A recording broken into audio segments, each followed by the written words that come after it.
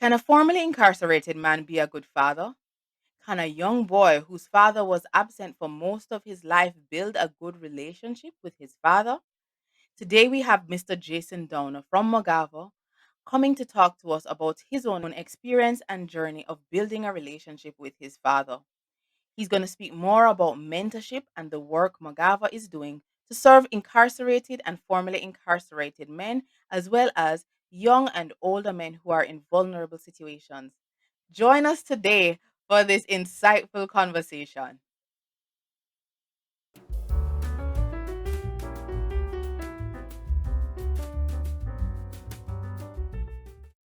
Hello, and welcome to the Safer Tomorrow podcast, where we seek to reduce crime and violence and create more safer societies. I'm Dr. Joe. I'm a criminal justice researcher and a community social work educator, and I am very invested and passionate about finding strategies that would stem the state of violence in my nation. Today, I have Mr. Jason Downer with me, and I'm Yeah, so I'm so excited. He is a good friend, but even more than a good friend, he is a social advocate, and he has done a lot of work with persons involved um, who are incarcerated, young men in vulnerable situations. He's involved in male youth development, parenting. He has a background in theology and counseling. He leads programs on fathering, mentorship, mental health, and addressing domestic violence and substance abuse. He's an ordained minister, an author, a therapist. He has a wealth of experience. He also used to serve as a dorm manager at Jamaica College and is currently the deputy chairman of the board of visitors at the Tower Street Adult Correctional Facility and the president of MOGAVA, which is Men of God Against Violence and Abuse. So I am so excited to have you on here today, Mr. Downer. How are you doing? I'm good. Tired. It's a very tired week. Very Yeah. tired. May and then now June leading up to Father's Day. So I'm looking forward to Monday morning. Yes, I can imagine. But as you Mhm. speak about fathers, this is what this particular episode is all about. As we right now, if you're listening to the podcast right now, we are just before Father's Day. And as we speak about fathers, and today in this episode, speak about your own journey with your Right. father and how that led you into the work that you're doing. Could you start Mhm. with by telling us a little bit about how you ended up involved in the work you are doing now? Okay. Well, greetings to your listeners. So when I was born, my biological father, wasn't around. Mhm. I saw my brother's father, but my father wasn't around. I was told that he was in America. Them days, they said that they are foreign. It was a big deal. Mm, My brother's father was in America as well, but he would visit her, he would send stuff. But my father Nina said nothing mm, until I was about 6 or 7 or something like that. Somewhere there, I was told that he was incarcerated. Um, that was a heavy hit for me. Um, but interestingly, my mother and everybody else, family members, spoke positively about him. Never knew any sibling much on that side at that time when that news was being revealed. But then I eventually met my eldest sister by his side and another sibling and stuff. And she had the opportunity to visit him. And it's through her that, he would send message to me. I can't tell you how many messages. I'm sure it wasn't too many. mhm, mhm, But for me, it was a lot. It meant that much. And for me, I consider that fathering behind bars. And, as I grew and I became an adult, um, it stuck with me. It came out when I was 12 plus. mhm, Asked for the greatest school in the world, Kingston College. The summer of that, 1994. And he came out hugging me and stuff. I never know who he was, but it was revealed. From then, the relationship was really good. He passed when I turned 26. But I really have great memories of him. And he lived up to who they said he was, in terms of him being a loving person, kind, etc. It was a great dad, and because of how he treated me and treated also my brother, um, expressing his love and affection, that's something I did. I that's something I do, and it comes easily. And as a result of that, I realized that men are incarcerated who are good fathers. Yeah. Mm. Can't Yeah. just use the mistake they have made and judge them and say they're not good fathers. And as a result, we launched the program Fathering Behind Bars, reminding, encouraging, and also equipping fathers that your role and responsibility, however limited, has not been ended. In fact, well over 90%, I believe, of those incarcerated will be reintroduced. And so it's important that you continue communication and keep the line open so that when you come out, yes, there will have to be some damage control, but then you can make amends and continue your role outside as a father. Okay. Thank you. What made your mother, what do you believe made your mother speak so well of your father? I think because he was a kind man. The thing is, my father met my mother when she was pregnant with my brother, Mhm. and so he took her and put her up. In fact, he gave my brother, my older brother, his last name. And that's for sure the type of person he was. He believed in giving identity. And he was kind, loving. In fact, him not knowing how to say no to is one of the reasons why I ended up in prison. You know, Mm. not knowing how to say no where friends and peer pressure is concerned. And so I believe because of who he was as a person, is that something you could have ignored? It was very evident. And yeah, he had a very contagious personality. Mhm. And to this day, people see me and say, "You me know your father, and we didn't know your father, did good youth." Oh. So he left that kind of legacy, and I believe, his children, those around him at the time, his friends, you know, you know, I think to speak otherwise would have been hypocritical for them. Mm. So they made it known. They made it known, and for me, that was somewhat comforting. But I was a bit confused, though, Yeah. because then bad people go prison. And Exactly. it's like, and even bad people go prison, and it's even up until when I started my journey in doing work inside the prison, 2014, that I realized that indeed good people go prison too. Mhm. You Yeah. have people who have made mistakes. You have people who have been in the wrong place at the wrong time. You Mhm. have some people who do the crime that they have committed is not worse than what we have done. Exactly. You have Mhm. innocent people by all accounts. But at the end of the day, they are people. And so over the years, when I go in, I don't see the crime. And I trust me, I go in and I speak to men who have done some serious stuff. But when you listen to them, you're like, there's something more to it. And so that's where I find myself. And that's how, back to the original question, I believe my mother, she was grateful for the role he played. And one I think she always said that I find myself good. I can't go on the road and I cannot not come back with something in my hand. I don't know. It's just, I always I come back with something with the family, and she would always say, "You're just like your father." He was a provider. He was a Mhm. provider. So can you imagine a girl coming up from country, getting pregnant and out of nowhere, and he took her in. Mhm. He was kind of forever grateful to that, but his personality was such where you can't ignore how much of a people person he was. Yeah. What you're saying is so important because you are correct. A lot of times when we think about those who are incarcerated and those who are coming out, we lump them into one category. These are obviously persons involved in violent criminal offenses. And so, we treat them all the same way. Yeah, And so it's important to recognize that sometimes persons are incarcerated and then they're innocent. Sometimes they've made one mistake and it has yeah, landed them in an unfortunate situation that cost them the rest of their life. And definitely. so it's so important. Are there ways in which you believe your experience with your father has shaped your own perspective of men and men involved in violence? I mean, you kind of alluded to it earlier, but are there more ways? Um, One of the biggest lessons I've gained from my father is accept what life has thrown at you. Mm, Accept the part you have played. When he was released, he never blamed the system. he never like boy the system. He accepted that he did some wrong, albeit with friends, and that he had to do the time. And in fact, he was released on probation. Mm, mhm, So I've learned to accept that. How he dealt with my brother as if he wasn't another person's child, you know, is how I see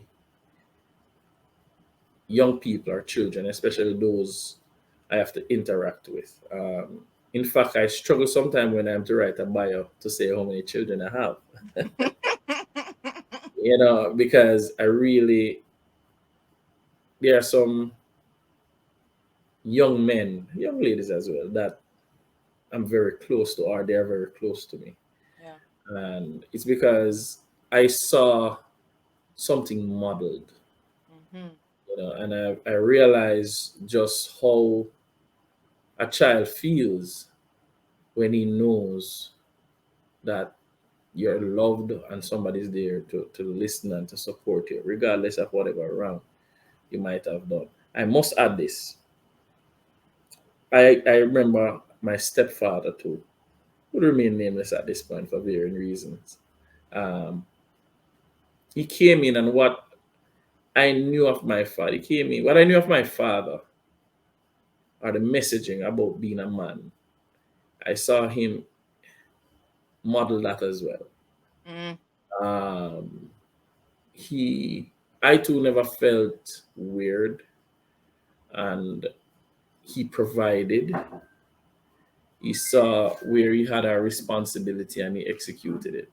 So on mhm, one hand, I was grateful for what my father was expressing with the limited message, but what I saw with my stepfather reinforced what I one of the role of a father, which is to provide, mhm, uh, protect. So mhm. yeah, man. So those are some of the things. So, despite your father's physical absence in the first part of your life, there was still another male who Yeah, man. was investing in you. And it's Yeah, interesting because even as I conducted my own research, I did find that stepfathers, there are men who yeah, man. step into that role as stepfathers and they take it very seriously, No, they do. and They do. I'll yeah. be not under the ideal circumstances sometimes. Not But, necessarily under the ideal but, but, circumstances. but the provision and it's really, it's funny to call him daddy sometimes, because that's kind of Mhm, uncomfortable, because you're very aware at the time that they're not your biological father. But in terms of playing that role, yeah, man. So I saw that, and I saw even my uncles. They would come and visit. It's one of two things when he come visit: is either I'm gonna discipline you or I'm gonna bring cheat tricks.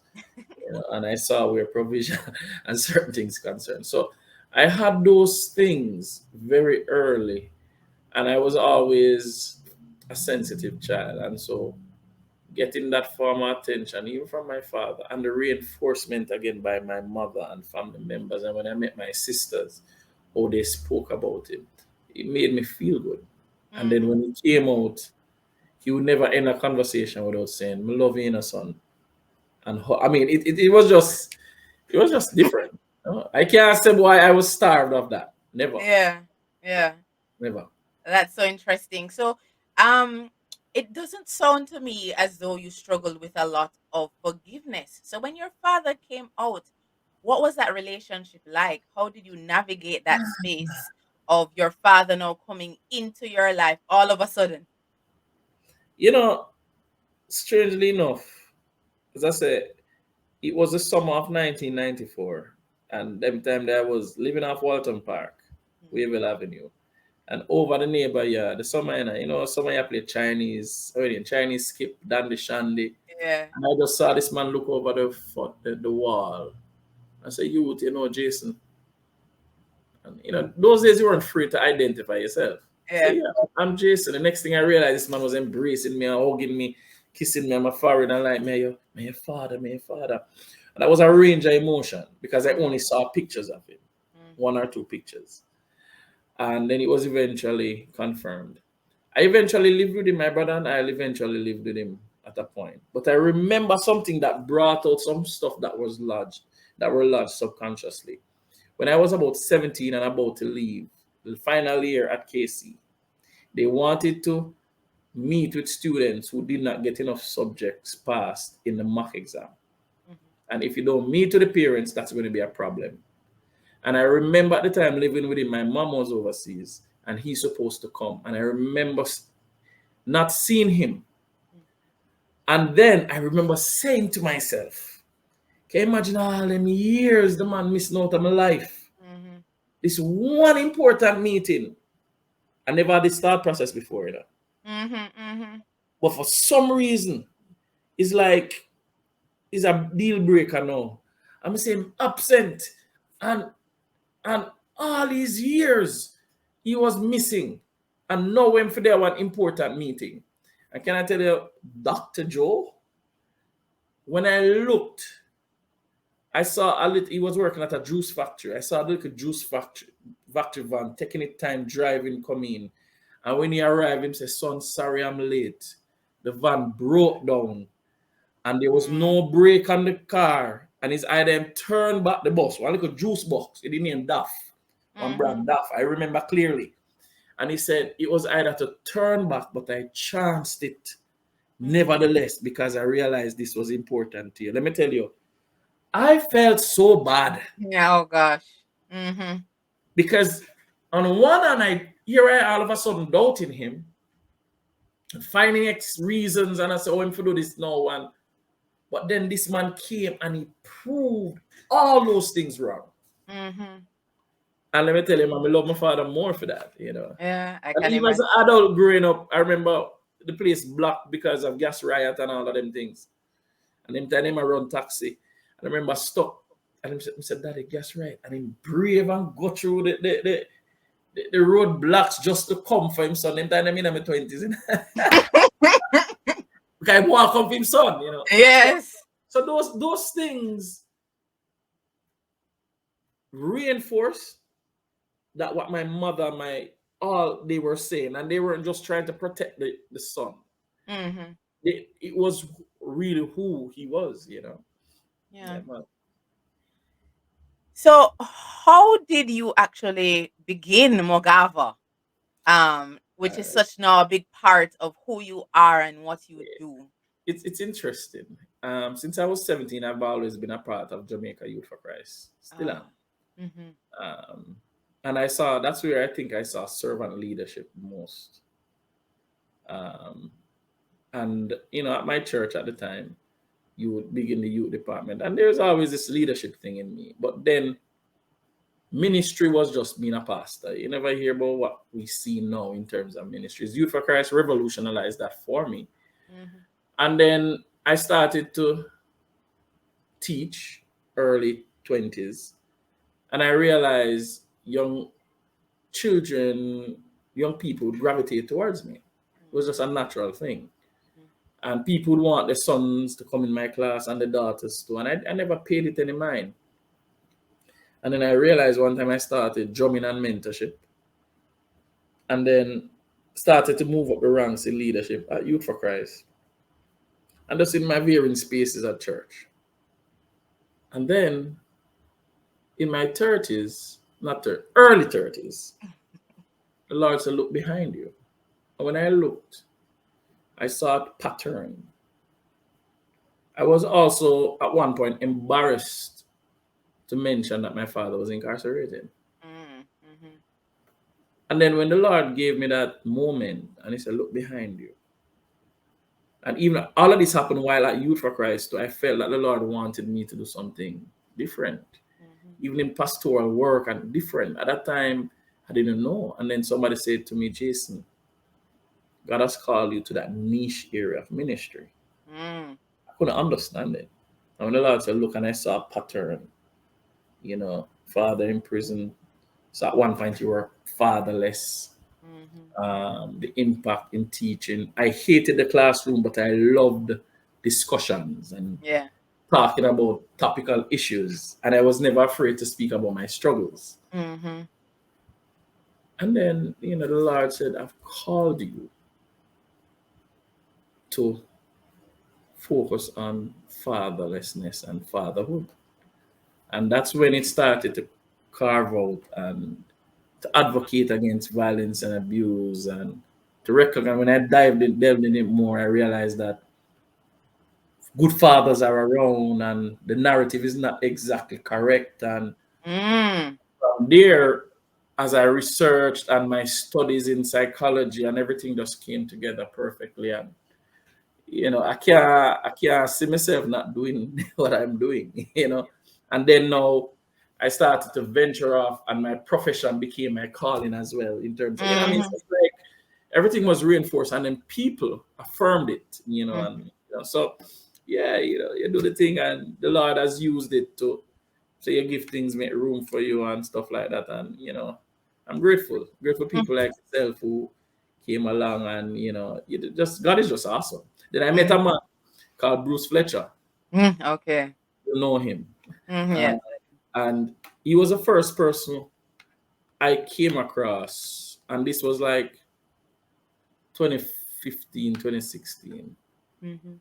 or 2015 or 2015. The first person I came across who made me look at myself and say, but me normal. So I get a lot of visions and ideas. I get Mhm. things that they keep coming at me, and I'm like, no man, something must wrong with me. But then when I Mhm. met this man, I said, I like God, this is the older version of me. And he would say the same thing. But then his heart, and it was just, and so with him, I was exposed to other people. Mhm. And then I realized and understand the stages in my life and stuff like that. So yeah, man, and he has helped to nurture MOGAVA, and so God is good. And we are now 10 years. So Congratulations. big up, big up, big up. What is so interesting is how your story and your experience as a young boy who didn't know his father for half of his life up until that time, Right. or all of his life up until the time you met Hmm. your father at 12, 13, and then you built a relationship with him. Unfortunately, he passed away, Right, but then right. you've now dedicated your entire life to, um, you know, serving persons who are in similar situations. And you Right. speak about changing the narrative. And I love that because the truth is there has been this narrative that fathers are not just absent, but they're good for nothing. Yeah. Um, and they don't Deadbeat dads. care, deadbeat dads. And so there is a narrative that exists. And so it's interesting that as you did your own investigation, being somebody whose father was absent, you were able to now find instances where perhaps what the general narrative conveyed was not as common as we all thought. Right. Um, yeah, and so that's so interesting. So, what do you believe of your experiences with your father growing up? You Mhm. are now using as tools to serve these older and young men, Um, incarcerated and those who are in vulnerable situations. the experiences, Mm-hmm. you know, so because of the work of Mogava, I am now a part of the DCS family, which is Department of Correctional Services. So the Mogava has caused them to know about our work, Mm-hmm. has caused us to bring other people in, and they have asked me to serve as deputy chair at Tower Street Prison, right? Um, but it's a lot of discussions that I had with my father that caused me to be able to speak with the men who are incarcerated, Mm. in terms of pointed discussions. For example, using their disadvantage to their advantage. What do I mean by that? My father's brush with the law and incarceration allowed him to, when he came out, to speak to me about the life in prison, to Mm. act as a deterrent for me going in there. So people like me was never had the brush with the law, a brush with the law. Anybody else can talk to a young man about having a brush with the law, but Mm. I don't have a lived experience. Right. And one of the things we encourage the men who are incarcerated and will be reintroduced to society is go through the process of rehabilitation. Mm-hmm. But now that you're informed, you have a greater you can have a greater impact on your sons and also daughters because of what you have experienced and what not to do. Yeah. All right. And a lot of men grab that and actually hold it as something now I can offer to my child. Mm. I've been missing. The next thing is my father, honestly, I don't recall him coming and saying in pointed words, I'm sorry for going to prison. But he said it, if you understand what I mean. Mhm. Mhm. And I realized that him being absent and the way he embraced me when he came out and stuff was enough to almost like say, I miss so much of your life. Yeah. I use that and I say to fathers, regardless of the fact that you follow company and get incarcerated, or people tell lie upon you, just the mere fact that you were absent, say to your child, I am sorry that Mm. you're not there. That break down barriers, you know. Um, so that's another one. Um, expressing love, telling your children I love you. I remember sharing that in the program, Father and Behind Bars, at the graduation ceremony. One inmate was just crying, crying. I couldn't understand. And I asked him, why are you crying like that? He said, Mhm. nobody has ever said to him, I love you. His father never said it. Mhm. And he said he remember one time he was speaking on the phone with his son. And he said to his son, because the program, he was in the middle of the program, and the program was talking about expressing love to your children. And he said it to his son, and his son hung up the phone. Long after, when he asked his son why, he said his son was caught off guard because it was never expressed to him before. Mm. Yeah. And these are things I've just from my dad. You understand? From my dad. So those are some of the things I bring internally. Externally is pretty similar, which is express love. Because my Mm. father hugged me, kissed me on my forehead. It's not hard for me to do. Mhm. Not And hard. that is a big thing in our culture. It's a big thing. You know, so and also it's important for your child to see as a provider, you earning your honest bread and you making the effort to earn. Mhm. It for me, my father never did. Can you imagine as a ex-convict? Mhm. He wasn't working to for money. Yeah. Trust me. But he made every effort. And that the small things you get, but you value it. Mhm. So ensure your child, you're not gonna brag, and don't go to your child and say, because of you may I do this. No, Mhm. that's not what I'm saying. And you should not say that to your child. Because they never bring themselves here. But allow them to see. You understand? Allow them to see that you're working and you're to provide. Yeah. The next thing is he respected my mother. He spoke highly of her. They weren't together, you know. Mhm. So she spoke highly of him, right? But he spoke highly of her. Mhm. She would normally say it to me. I remember she would say it to me. Sometimes she would be washing his pants. This is what before I was born. And she found money in the pants. He would say to me, I remember sitting, because we lived in a one bedroom house in Almontown, Hitchin Street. I remember Mhm. outside bathroom type of setting. Me and my brother and him. I remember him sitting on the step and he's talking with me. And he said, son, when you have a woman, there are some little things you have to do. And he Mm. said he would deliberately leave money in his pants. She doesn't know that he was saying this, and he did not know she said these things. Yes. I deliberately leave money in the pocket so that when she wash the pants and she find the money, she knows that a fear one in Mhm. anticipation. So it's like, those little things. What life throws at you, do the introspection, pivot on it. So those are just some of the things we try to bring in the modules as we teach. whether it's in official training, whether it's MOGAVA's father and behind the bars, or the world needs a father training, or just have a lot of male friends who come and just spit my brain. Because sometimes a man don't want to come in an official training, but you Mm-hmm. sit down and hear a reason. These are just some of the things And that, I yeah, like what you said, because some of the things that you are training the fathers who are behind bars to do, again, these are important lessons, not just for fathers behind bars, but for any fathers.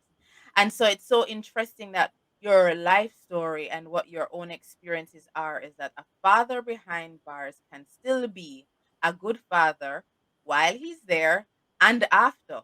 But in the same vein, somebody who isn't behind bars and has never come into here conflict you with the law can be a a negative father, a bad father, a bad father, an absent father, yeah. and so, or a present father who is absent, or just a father who loves his children but he does not know these things. So it doesn't You, have to you, be a bad father. the other day, a noted gunman and gang leader got murdered, Mm-hmm. or, well, got killed by the police in the Alverstown area. And noted, he came from prison, got killed. Mm-hmm. And at his funeral, it was observed that his children were crying for him. Mm-hmm. And somebody said to me, "Oh, look at him a cry for him, how much people him kill." Mm-hmm. I understand that perspective and that view. Mm-hmm. But to them, he was just their father. Yeah. He was all they just saw daddy.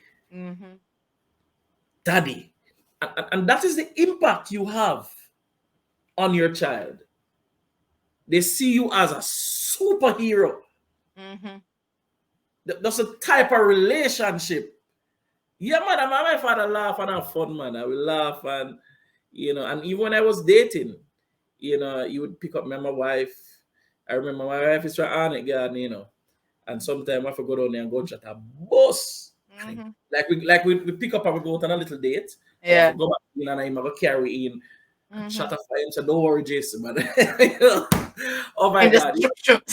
Yeah, in and out, So I have those. And he made lasting memories. We Mm-hmm. made lasting, long, long memories. Yeah, even though we spent 13 years together after, we made good memories, and I'm forever grateful for that. Forever grateful for that. Yeah. So as you work in Mogavo, Mhm. what are some of the success stories or positive changes that you have seen in some of the men that you've worked with, whether they're Um, incarcerated or outside? let me start with incarcerated. Mhm. A couple of times, men who have been a part of the Father and Behind Bars program reach out to me, but I will give you one in particular. So I was in Megamart, not Megamart, Price Mart, and I see this guy looking at me. I was walking with my wife, and when I map him out, still, you could see that he's not just so modern, but like, I'm a look at me, and him come over me to me and say, "You remember me, don't it?" I said, "No." Him say, "Father in behind bars, man, was a part of the program, and we give thanks for it, man. It was a blessing and thing. And but they are road now, Mm. Me just come out and thing. I said, chin up, and keep your head up and down. Say, yeah, man, and stuff. And when I get those things, I have men who are in prison, they remain in contact with me. Yeah. And some will come to me to help to deal with father issues and stuff. So that's that. Um, Outside of that, the biggest thing I've heard, because one of the things the Lord shared with me is that don't be so busy trying to save the world and create an impact that your own children and their Mm. needs and stuff. And one of my mentee, very close, he's now 22. Yeah, he said to me, and I didn't know he was observing this. He said, "Sir, I want to have the type of relationship with my son the way you have with your son." Mhm. And that brought tears to my eyes Mhm. because I wasn't deliberately trying to do anything. I'm Yeah. just. So that type of thing, the impact of when I speak somewhere or we present and the practicality of it, because I don't want mince words. I speak about the issues, and when in speaking about the issues, I speak about my struggles and when I Yes. was growing up, and the porn and certain little things that I had no instruction, no manual with. Mm-hmm. Speak about mental health and men's health, and when man can say, oh, and how men can come up.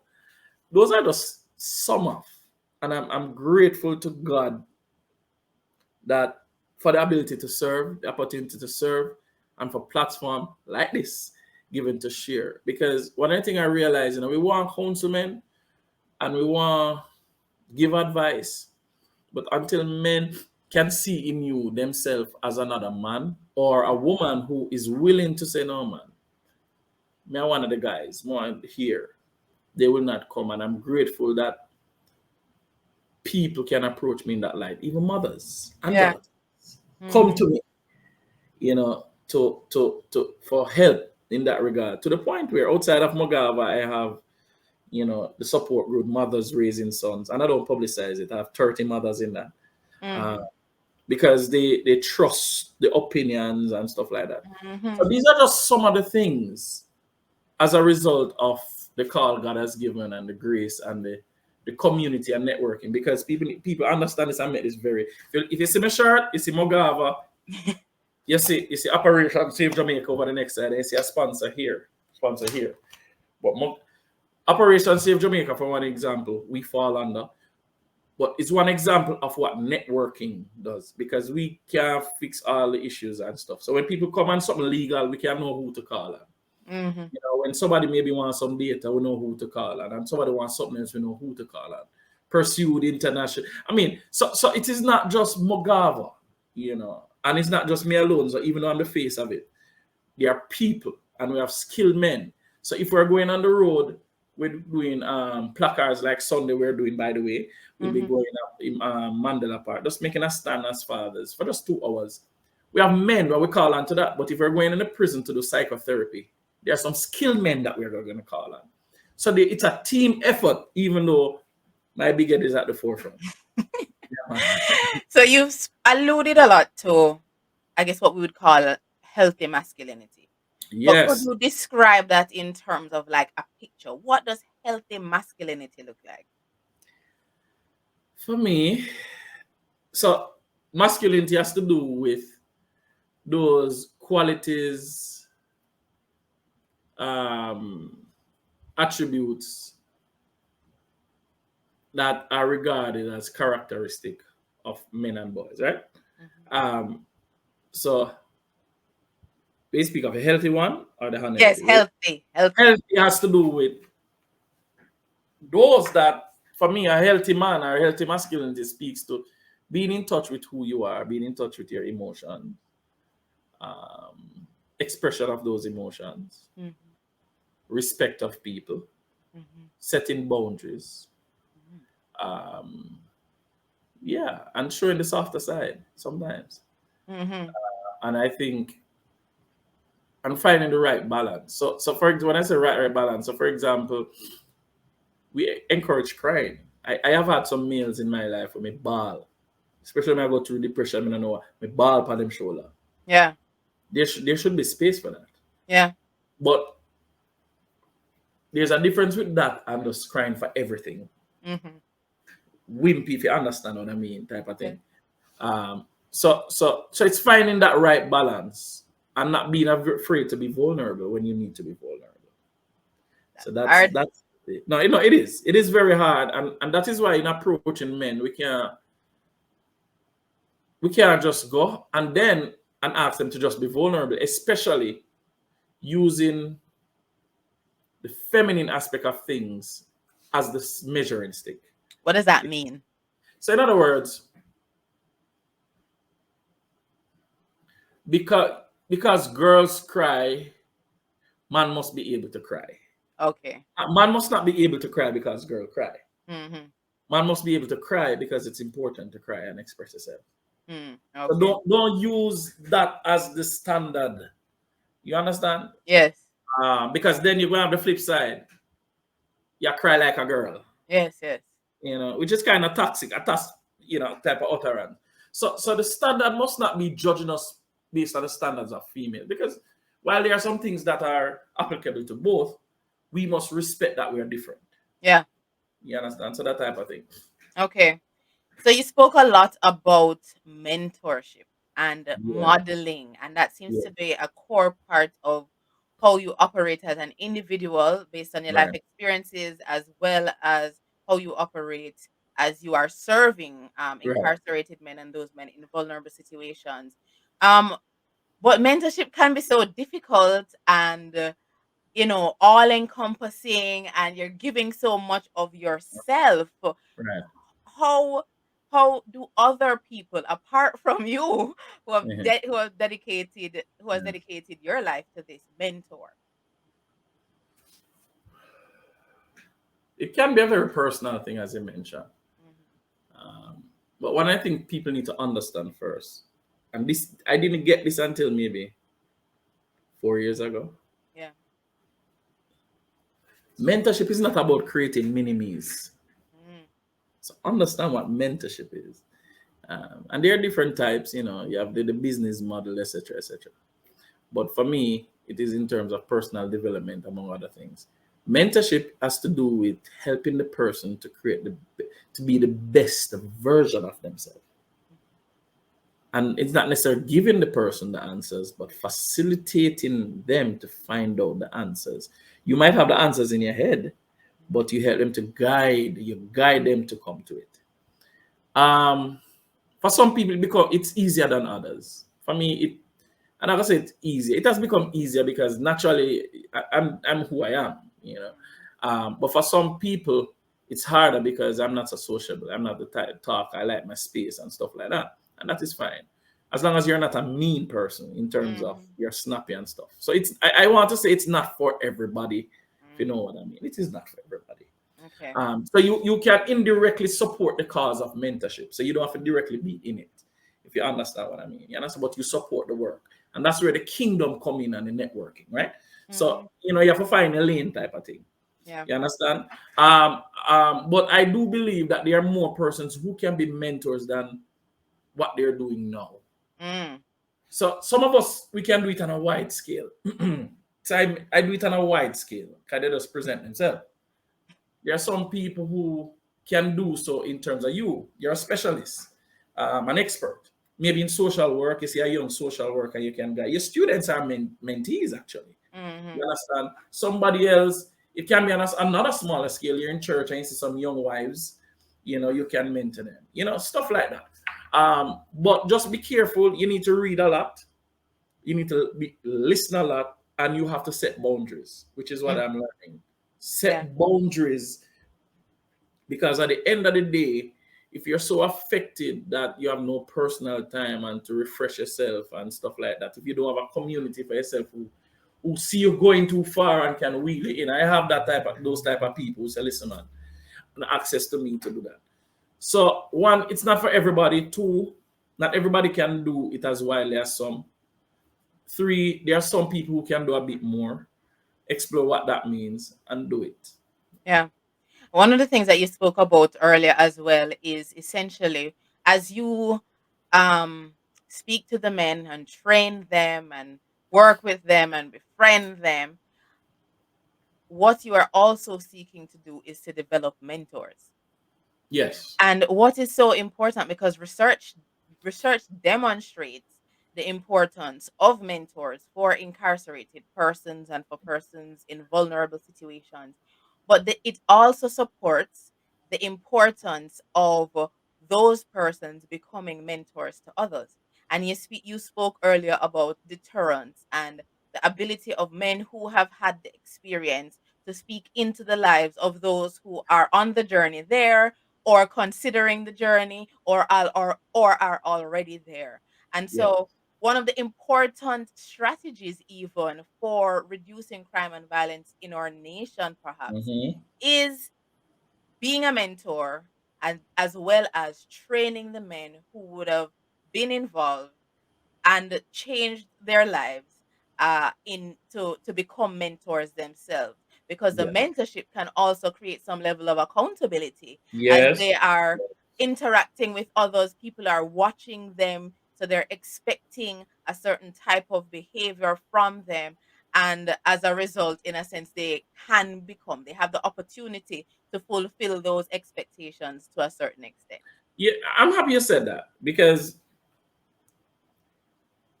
there are inmates who are now out who spoke. Well, let me backtrack. In Mm, our program, the Fathering Behind Bars pilot program, a part of the fatherhood thing came out is the whole mentorship. And because there were inmates there who didn't have any children who were serving either life or really long sentences. And they've been in there for a while. They have done enough or involved in many programs and they're on the road to rehabilitation. yeah. And that they're there and they became mentors for those inmates who just come in. Mhm. And I found that out. But then one of our very good friends, I can say his name, Roderick Robinson, Yes. was been to prison a couple of times. It is an inmate who said to him, aside from learning how to read in the Bible and the Lord doing him thing, is an inmate who said to him, don't come back here. Mhm. Mm, Do X, Y, Z. And and it resonated. Him not go back. mhm. So you're so correct where that is concerned. And again, that is one of the reasons I said to these men who are incarcerated, you have an advantage that I don't have, Yes. yeah, Yes. I remember at my church, Christian Life Fellowship, some years ago, we invited some inmates to come. They were released, under the care of warders and stuff to come and to do a Mhm. service. And I remember bringing the entire boarding of Jamaica College. And the inmates spoke. One was very involved with a very prominent gang, pretty serious guy, no Christian, etc. And I remember when we reached back, boys came back to me and they can't identify with the crimes, but they were able to identify with when the inmate said, when I got in trouble, my friends left me. No one was Mhm. there. And these boys brought out how when they get in a little school trouble and the dean call upon them, befriend them, Please. disappear. And Mhm. they're saying, if it can happen at this level and this man is speaking about, and I'm like, so you are correct. You're correct. Yes, man. I mean, it is, and one of the things as well is because even myself, I had to think about it more. We expect them to be volunteers, but as you mentioned, the truth is, it's unfortunate, but they have understandings, they have knowledge, they have skill sets that we don't have because we were in the same situation. We weren't in the same Yeah, situation. yeah, But yeah. if they were supposed to use what their inside knowledge paired with our resources and the maybe the influence that we had, then there would be some level of power and influence that we would have access to stop. But I mentioned voluntary because it's also important that they're paid Yeah, because but they need to it's live. another thing. There are so many men who are now out. Yeah. I do believe a part of the crime plan should involve them. Yeah. And I keep hearing people over. I think CSJP came the closest with men With with a men with a message. message, yes. I remember being in it's the early days of MOGAVA, somewhere in Denham, and then men with a message came. And when I listened and heard the story, and I said, no, man, this was Mhm. early days, this is before fathering behind bars, and then getting involved in ministry and the work. They're like, we're reading out the message really and can have the impact. Mark, sometimes one can say the crime of where man do come some years ago kind of different now, but there are some elements that I do believe that if we get these men and put in the necessary things and pay them, Yes. because they're Yes. international organization that that utilize men to become violence interrupters. Interrupters. Hmm. You understand? And I Hmm. think as a government, we need to look at this. Yeah.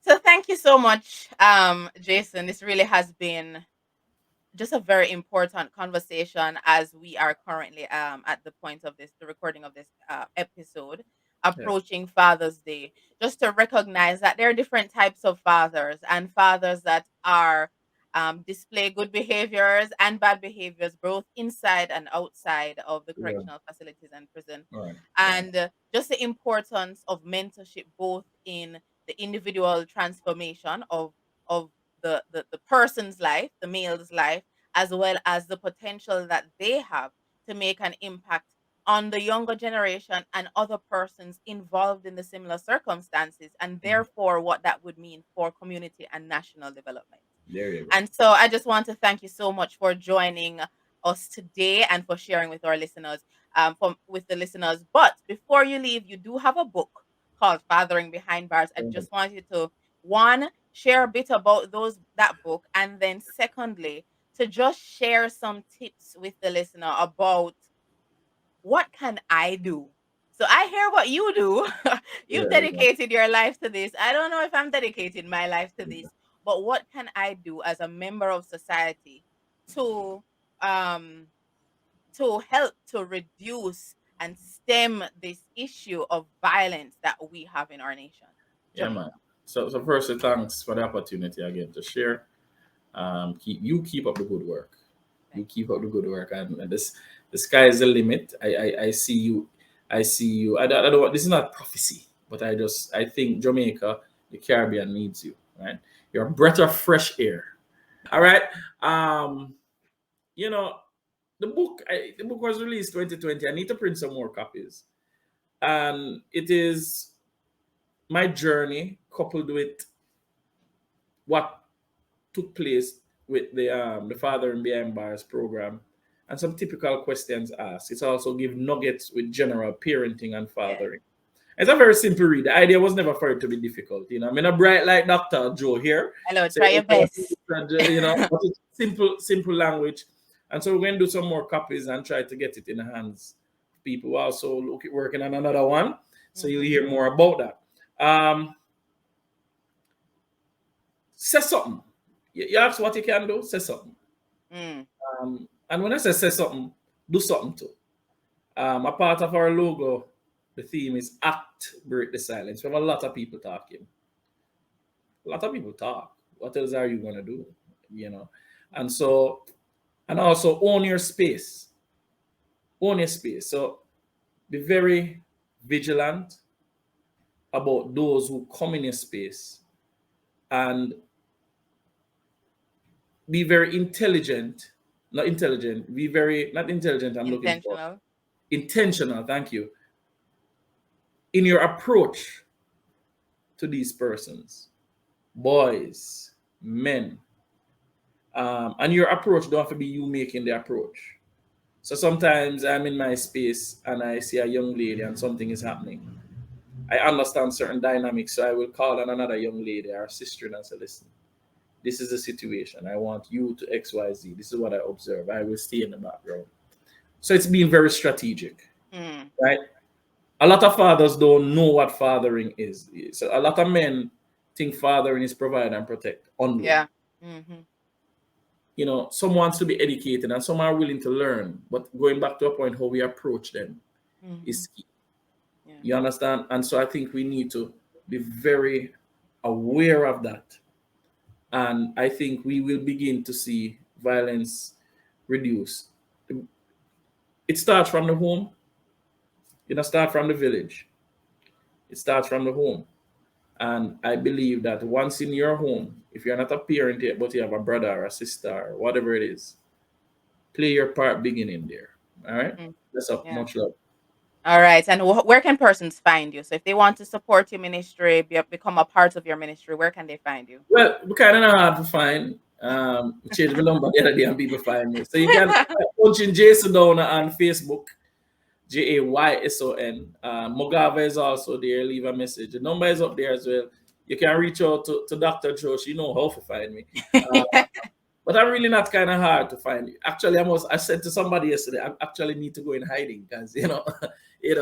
But I'm accessible. I'm Yes. accessible. So yeah, man, big up. Okay. All right. Well, thank you so much for listening to Say for Tomorrow podcast. It was great having you. I hope you enjoyed this thought provoking and insightful conversation, and that you have some level of some actions to take away, some ways in which your mindset has been challenged, and to ask yourself the question: is there something I need to change to be a part of the movement towards a safer tomorrow? And remember that any acts that you are going to implement, ensure that you get advice, so that what you are implementing is implementing in a way that is helpful for both you and for the person that you're seeking to serve. Please subscribe to our channel, Say for Tomorrow podcast, and find us on Instagram. Have an awesome day. Bye.